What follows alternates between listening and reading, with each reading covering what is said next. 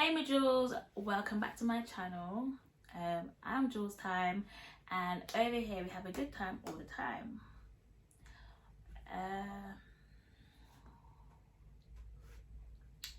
So in today's video I'll be telling a story time, or should I say actually explaining what happened to me last week. So this will be a story time about my miscarriage. So just a disclaimer, because I know like YouTube has policies now where you need to, I don't know if you need to really tell people, or I don't know if I need to put a trigger warning here, because a lot of people get triggered by things very easily. So if you know you're triggered by pregnancy loss or hearing about blood and like all the gory stuff, then I would suggest not to watch this video, because I don't want to really offend anyone, and I know we live in a time where people take everything quite offensive. So that's a trigger warning going out. So yeah, let's begin. So so this all started last week Thursday. Like, it started as a normal day, honestly speaking. Like, I got up for work. No, babe had left to go to work, so then that literally woke me up, because that was like 10 minutes before I would even get up anyways. So I got up and I said, okay, let me just go to the toilet, because I felt like I needed to go to urinate. And then I pulled down my underwear, and I saw that there was like this pinkish blood, but I thought, okay, it like there was quite a bit, but it wasn't like red. It was just like a faint pink, and I thought, that don't look really too good. But anyways, I urinated, and then I wiped, and then on the tissue now there was blood, and I thought, oh my god, like there shouldn't be any blood. So then I ran to mum's room and I was like, mum, I'm bleeding. And obviously we both looked at each other like, you know, that shouldn't really be the case. So then I called 111. So basically in England, 111 is a service that we use. You don't call the ambulance straight away. You kind of have to call 111 to get assessed to see if you need the ambulance. So I called 111. I can't remember if the wait time was too long, but eventually I got through to them. She took me through like a barrage of questions, like so many questions. And then she said she needs to contact a doctor. So then she contacted the doctor, and she asked me more questions. And then, what did she say? She said that I can go to the hospital if I want to, but it's not like a first point of action.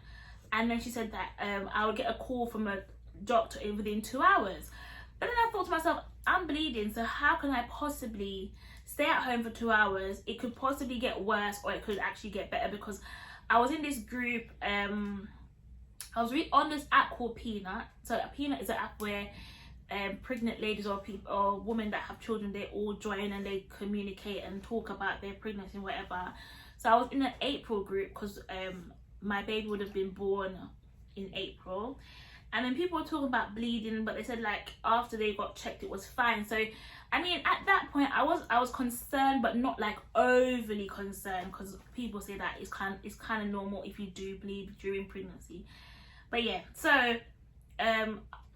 when she said you can go to the hospital, or you can wait, or you can stay at home or whatever, we instantly decided to go to the hospital, because obviously any kind of blood to me was a big red flag, even though it was okay. But for me it was like, no, like I've never seen blood before this point. And I was my gestational, that's what they call it, the gestational pregnancy was 11 weeks and 2 days. So they don't scan us in England until 12 weeks, right? Just bear that in mind. We don't get scanned until 12 weeks, because it is a known fact, which I didn't really know, that a lot of people miscarry before the 12 weeks, which is why they don't bother to scan you. Just in like, it doesn't, in their eyes, it doesn't really make sense to scan before that point. Yeah, so we went to the hospital. On the way to the hospital, I was in pain. Like, I was in pain to the point where I was crying in the Uber. I was actually crying because I was in so much pain. And then whilst I was in the Uber, my GP called me and she was introducing herself and she was asking me like, what's going on, how am I feeling, and I was explaining to her, and she was like, okay, it's good that you're going to the hospital, go to the hospital, get evaluated and see what happens.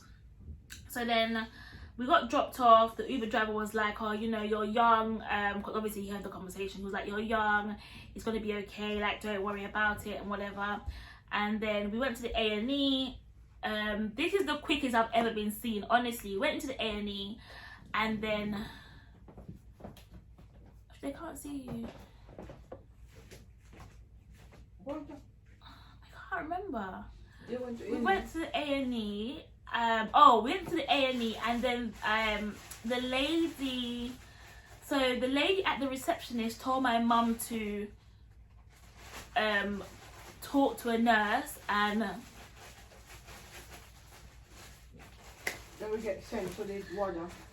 hold on. So my mum spoke to a nurse, and then the nurse brought me into because in our A&E in England, you go there, then there's like an examining room. I don't know if that's for all the A&Es, but in my hospital that's what it is, right? So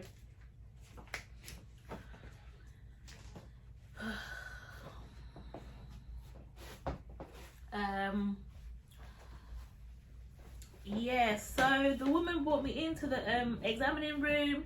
She took my blood pressure, and then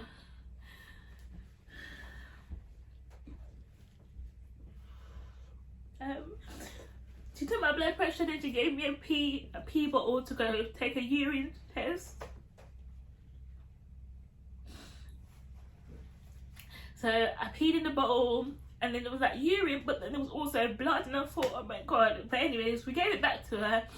She went off for about, I don't know, 2-3 minutes, and she came back and she was like, yeah, you're definitely pregnant. This was really early. This was around 7:30 in the morning, so we had to go to the water unit, which is like like an area within maternity unit if something's going wrong with your pregnancy, right? But they didn't start doing scans until 9, but this time it was really early. Anyways, we walked there, but this was Thursday, so we walked there, and then we made our way to the water unit, and we handed the paper to the nurse or the midwife. I can't remember who was actually seeing over there. And then this really lovely lady was like, okay, we don't start until 9, but you know, since you're here, you're crying, you're obviously in pain, we're gonna see you. And they brought me into the ultrasound room. Like, they laid me on the table. I had to take off my underwear and whatever the case is. And then she did the ultrasound. Yeah, so she rubbed the gel on my stomach, and then she did the ultrasound with the I don't know what it's called medically, and then I didn't hear a heartbeat. So before she even said anything, or before anything happened, because I'm in this group, I kind of knew at that, because everyone was sending in their scans, everyone was sending in their 12-week scans, and their babies were like, they were saying, oh, baby was wiggly, like baby was moving, there was loads of movements. So I had expected to go there and see a baby wiggling on the ultrasound and to hear a really strong heartbeat. Anyways, there was no heartbeat, so then I was like, something is wrong. And then when I looked at the nurse that was holding my hands, like her face just said like, shit, something's really wrong. And then the one that was doing the examination, she also looked worried, because normally if nothing's wrong, they'll be like, okay, look at the screen, here's your baby, like everything's fine, you've got nothing to worry about. So then she was like, okay, mum, we can't detect I can't remember if she said we can't detect the heartbeat or whatever, but then she was like, we need to do a vaginal scan. So she got this I can describe it as a stick, and then you put a condom on it, and then they obviously insert it into your vagina. But because I hadn't had sex in such a long time, I was really shitting my pants thinking this is going to be so painful. Anyways, so she inserted the stick in me, and then she was moving it around, and she looked at me, she was like, when she took it out, she was like, have you got your dates right? And I said, of course I got my dates right. I haven't seen my menstrual since July 18th. And she was like, are you sure? Because on the scan, your baby's only showing 5.5 weeks.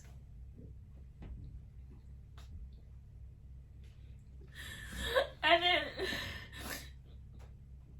then I was like, 5.5 weeks? That's impossible. I've got a tracker. I was on the apps. I was tracking it weekly. The app was saying, yeah, your baby's got a spleen. It's got fingers now. You know, the heart's beating at a good rate. So then she was like, okay, like, obviously she didn't want to tell me that, okay, things have really hit the fan. She was trying to be really nice about it. So then she was like, okay, come back next week Friday, which is today, and let's see if there's been progression, because some babies just grow a bit slower than others. But then I was thinking, okay, my baby's 5.5 weeks, I'm bleeding, like, this is not looking very promising. Anyway, she gave me all my documents. Well, she gave my mum the documents because I was just out of it. And then all we could really do was go home. So then we went home. And then what happened? I think we went home, and I can't really remember what happened at home. I'm guessing I was in a lot of pain. No, I took painkillers, and then yeah, the bleeding got worse. Because that same day, like, because I had a sanitary towel on, and like when I went to the bathroom, I saw like I thought it was my baby, but when at that point it wasn't the baby. It was just I don't know, a tissue, or not a toilet tissue, but like a tissue from inside my body. But to how it looked, like it was flat, and it had like 2 hands out, 2 legs out. So I was crying. I was like, oh my god, there's my baby on the sanitary, but it wasn't. And then it was just a long night. Like, I couldn't really sleep because the pain was just, it was bad, but it wasn't bad until Friday. So Friday we went out just because I thought, like, get some fresh air, whatever. I went to Boots. Boots is like a kind of like a drugstore, like, I don't know, like a CVS in America. So we went to the pharmacy and we told him, like, you know, I'm miscarrying. Which painkiller would you say is the best painkiller? So then he had to research, because some painkillers make your blood thin, so that would make the blood run even more. So then eventually he gave me the Cocodamol 18500. And I normally take Cocodamol 3500, so that's what I was taking on Thursday. But honestly, it was not helping with the pain. And normally that painkiller literally knocks you out, you go to sleep, and Bob's your uncle kind of thing. So yeah, we got that from the pharmacy on Friday. We came back home and I took some, obviously ate. But then on Friday, the pain really got like unbearable. It was so intense. But I was trying to firm it, because even when I'm on my monthly, I don't take painkillers. Like, I just, you know, I just ride the wave, I go through it. So I was trying to really firm this whole, you know, pain thing. So then Babe came home at, like, I don't know, after 3, because he was doing the 7 till 3 shift. And then he, like, Mum was asking me in the daytime, are you sure you want to go to hospital? Are you sure? I was like, no, like, it's okay. Like, if I go there, what are they going to really do? Like, there's nothing that they can do. They can't do anything, right? So then I just tried to, like, ignore the pain, but it was really getting bad. I would try to sleep, but then every time I lay down to sleep, the pain would then come, and it was just very intense. So when Babe got here now, we were all like, you know, like chilling, trying to watch a bit of TV, trying to talk, trying to just get through it. But the pain was rocking me. But at that point, so I was in active labour, so I didn't even mention that. I began active labour, so at that point it was really, really intense. When the contractions weren't coming, they were like maybe every 7 minutes, maybe 7 every 10 minutes, something like that. And then we obviously thought, oh yeah, like let's drink some thyme tea, maybe that will help to speed up the whole delivering the baby and the placenta, whatever. Let me tell you guys, that thyme tea, oh Jesus, that thyme tea brought on the pain. Like, I don't know if it brought on the pain so much harder and quicker. Like, I was contracting like every 1 minute now, so I couldn't breathe at one point, because when one contraction came, then there'll be another, so it's like my body wasn't getting no ease from the pain. It was just contraction after contraction, right? So then we all decided, like, no, like Julsz, you need to really go to hospital now. There's no family at home. You need to really just go to hospital. So mum packed the hospital bag, and then we called the Uber. Then the stupid man took the longest route to the hospital. Instead of going right, he took the left turn. Anyways, we got there now. And then we went back to the A&E, but like walking through the hospital door, I literally could not. Like, my legs was giving way. Like, mum and the hubby had to hold me up because I was in so much pain. And like, they had to go get a wheelchair because I literally could not walk at that point. Like, the pain was literally almost crippling my entire body. And then, so I had to get booked in. So mum spoke to the receptionist again. Then they took me to the A&E, and I was sat there. This was Friday night, right? So it was around 7 o'clock. The A&E was packed. And I thought, oh my God, I'm never going to get through. But anyways, God was so good that they literally bypassed the entire room. I want to tell you, the A&E was so packed. They bypassed everyone. But before I actually got the scene, like, my body just started to reject all the painkillers. And I don't vomit I don't really vomit a lot. But this day, like this night, I opened my mouth and I was chucking it out. Like, the vomit was not stopping. I filled bags. I was filling the vomit basins. Like, it was a lot. There was just vomit everywhere, vomit on the floor. And then the nurse, all the nurse was very panicky because they were like, shit, like, there she's vomiting, she's screaming. And then they brought me into the assessment room again. And then she took my blood pressure. And then the pain, because obviously the time T, so the pain was like back to back to back. I couldn't sit down no more. I had to stand up. Mum was rubbing my back. I told mum to leave me alone, like not to rub my back, because it just felt like I wanted to be naked. I didn't want no one to touch me. I wanted to strip all my clothes off because the pain was just not allowing me to even relax for a minute. It was just coming back to back to back. So then all I could really do was scream. And then the entire waiting room could see inside the assessment room because there was no curtains drawn. And then I couldn't see my husband. He looked so sad outside. And then it was just like everyone was at a loss. Then the nurse had left to go get me a cubicle, like a room. So then there were other nurses hit the emergency button because the way I was screaming, like, they didn't know what was going on. Then you saw everyone just ran to the room that I was in. And then they had to take me to the other part of the hospital to actually get me a bed. But I couldn't sit down. I was trying to explain to her, like, miss, I can't sit down, I can't stand up, I just can't. And she was like, well, in order for you to get around there, we have to wheel you around there. She's like, can you walk? I said, no. So I had to jump in the wheelchair. I couldn't even sit down. I was like crouched, like I was in the fetal position in the wheelchair because it was so painful. And then when they got me around it, I got off because I literally could not sit down, and I started to walk. And then more vomit came again. Then mum had to give me the bucket. She held it to my mouth. I was just chucking it out. And I just kept on walking around the bed like the walls of Jericho because at that point I did not know what to do. The pain was so intense, guys. I can't even explain it. And I was walking and I was walking. I was walking back and forth, back and forth. And I was like, Jesus, please, like, please just help me. And then there was one bush woman in the next cubicle saying, oh, some people don't have no consideration. Like, why is this young girl screaming like that? But honestly, I could not do anything else apart from scream. Because the pain is like no other pain. I've never felt that kind of pain.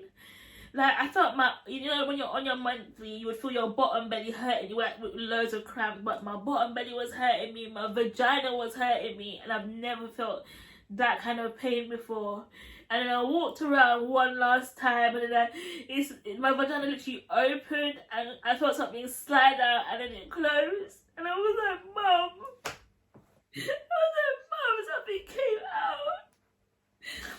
And at that time, hubby wasn't with me because they had this one person policy, and then the nurses came, and I probably explained that hubby was in the waiting room and then she went to go and get him. And then she opened, like, she had to take, like, they said, you have to sit on the bed, and I was like, I can't. They were like, you have to, because we have to examine you, and we have to take out whatever just came out. So I sat on the bed, and then they did what they had to do, and then she placed the placenta and the baby in like a base. I don't know if it's called a basin, but it was like this brown thing. And then she was examining the placenta,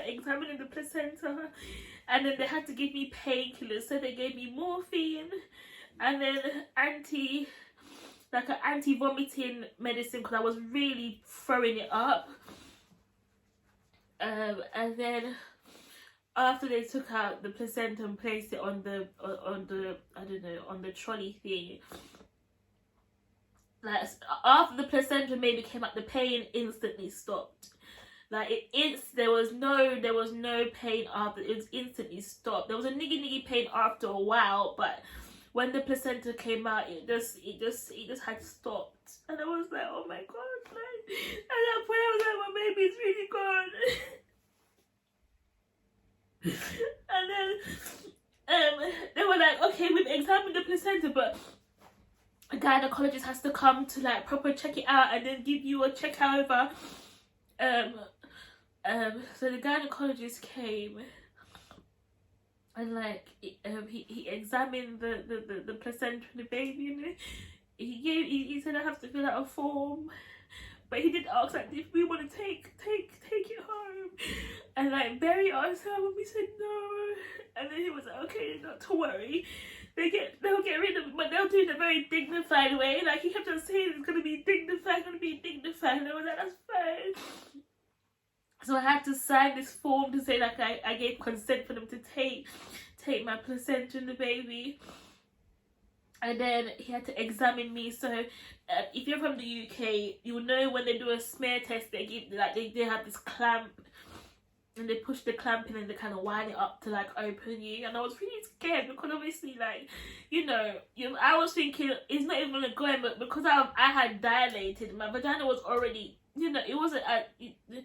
So anyways, he put it in and he wound it up, and then he like, I don't know, took out what he could, but then he was like, there is some tissue left, but it's not massive, it's really small, so it will eventually pass out kind of thing. So I was there for a while. My best friend came, and God bless her, she brought us food.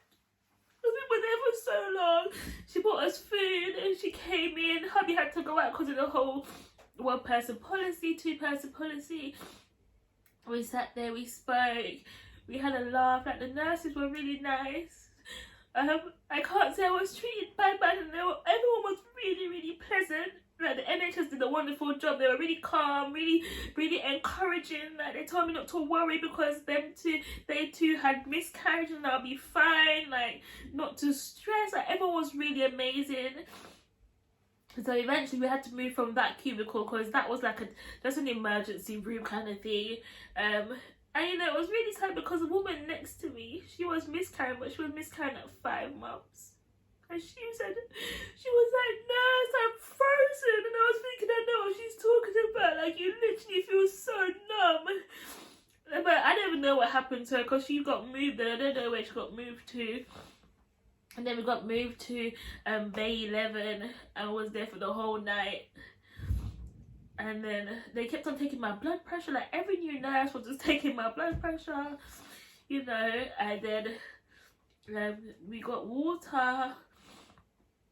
And then like it was just we was given another room because I didn't know. I thought I was gonna go home after that, but they didn't have to put us on a ward because I guess they have, I don't know, they must have seen something why I had to stay there for a bit longer. But yeah, that they gave, my mum had a chair, hubby had a chair. They didn't really sleep well. I mean, I was in and out of sleep because the morphine really does knock you out eventually. And I kept on getting it orally from like my mouth because the pain wasn't back, but there was some discomfort left. yeah, and then the next morning we had to go back. We had to go back to the Wadu ward because they had to do another scan to see like to see if everything had come out right, and it was just, I mean, the majority of everything had come out, but they just said there was still something that needs to come out, and it should come out. It will eventually come out, and then we got put on a ward, and then we were able to shower. You know, Mum showered me. They gave us like new sanitary towels, socks, all the good stuff, and then towels, everything, soap, towel, everything, toothpaste, and then because so the reason why I had to go on the ward is because I still had tissue in me. They had to push 4 tablets up my vagina to make me kind of go back into labor for the last bit to come out. And the last bit came out on Wednesday just gone, because I think Wednesday I had started to feel that kind of contraction feeling again, and then, you know, when I went to the toilet I noticed the last bit had really come out. But after they inserted the tablets in, we were able to go home. So we went to the hospital Friday after 7 p.m. and then we didn't go home until after 2 o'clock Saturday p.m. So I went to the hospital Thursday and went back home. Then went back on Friday at night. Then we stayed there until the Saturday morning.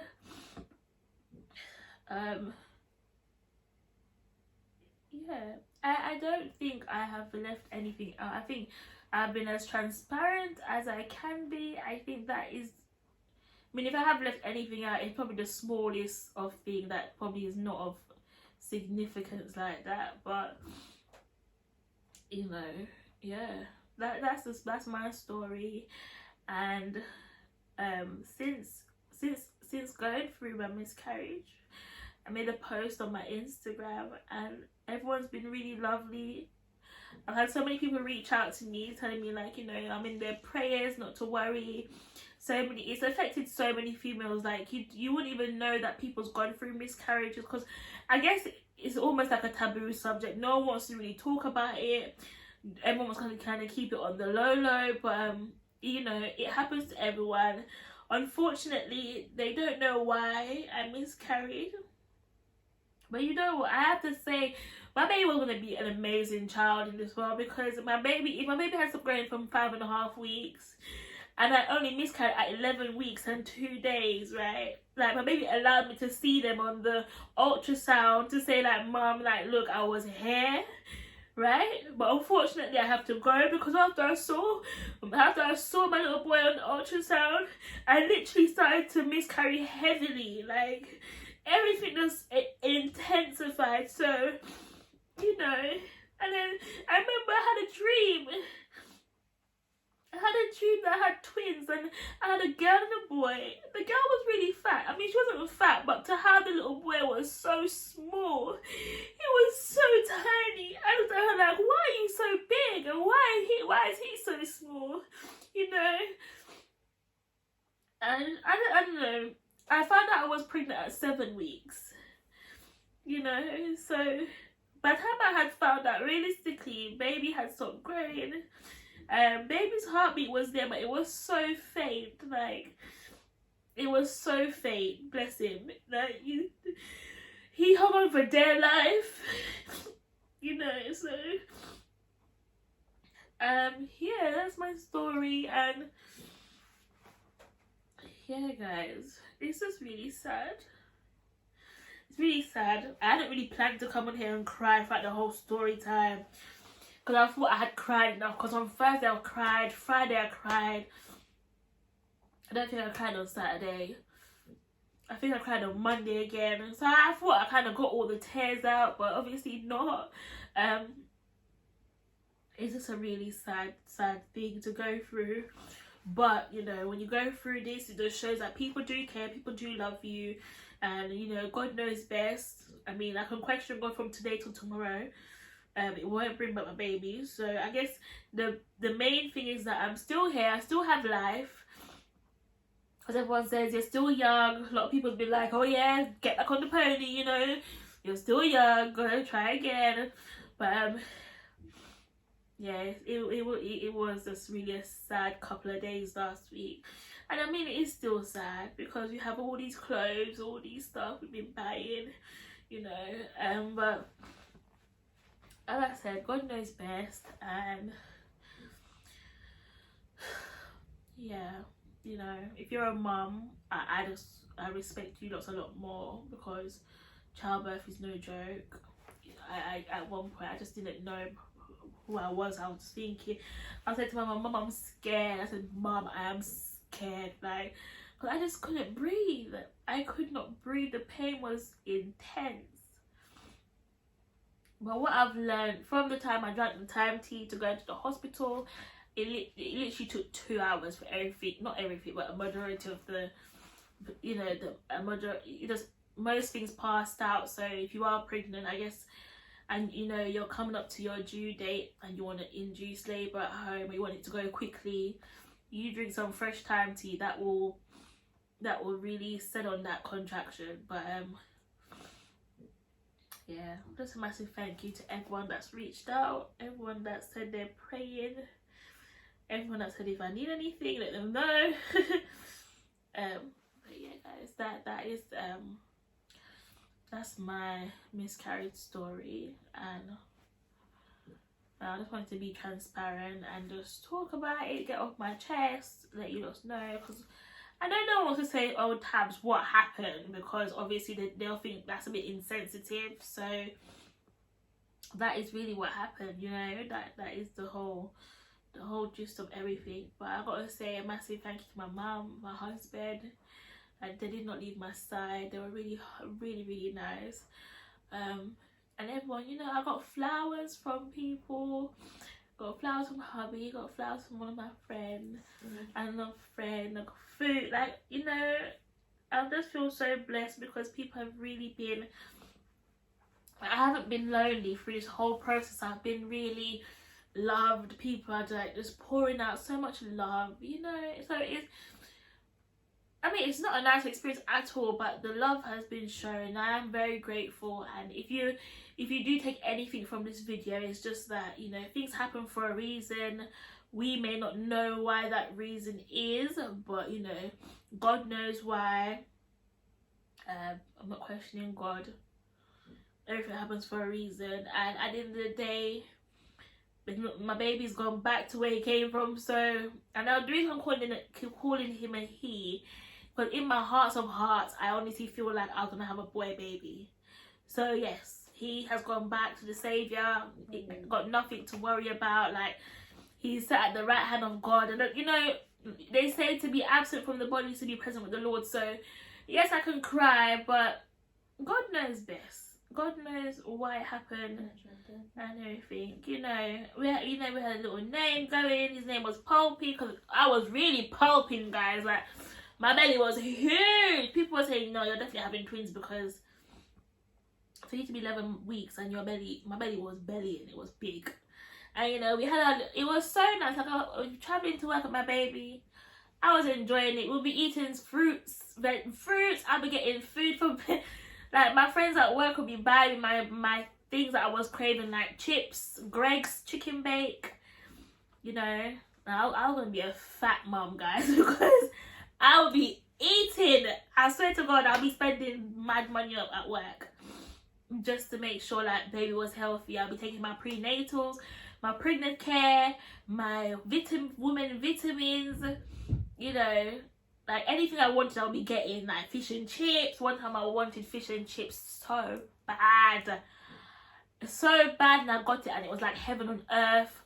The next time I was craving African food, Chinese. Listen, I was living the life, and I really wanted to take you on that journey. I really did. I was recording things to post when it was the appropriate time, but unfortunately, you know, things happen. But yeah, guys, thank you so much for watching. I love you guys, you know. Be strong, keep us in your prayers. Thank you for all the kind words, and yeah, I will see you soon. Okay, so remember to subscribe, like, comment, share. Yeah, thank you for listening. If you reached this far, big up yourself and Julsz. And yeah, I'll be on live. I think I'll probably come on live tomorrow, Saturday or Sunday. I don't know, but I'll be on live very soon. So love you guys and have a good day. Bye.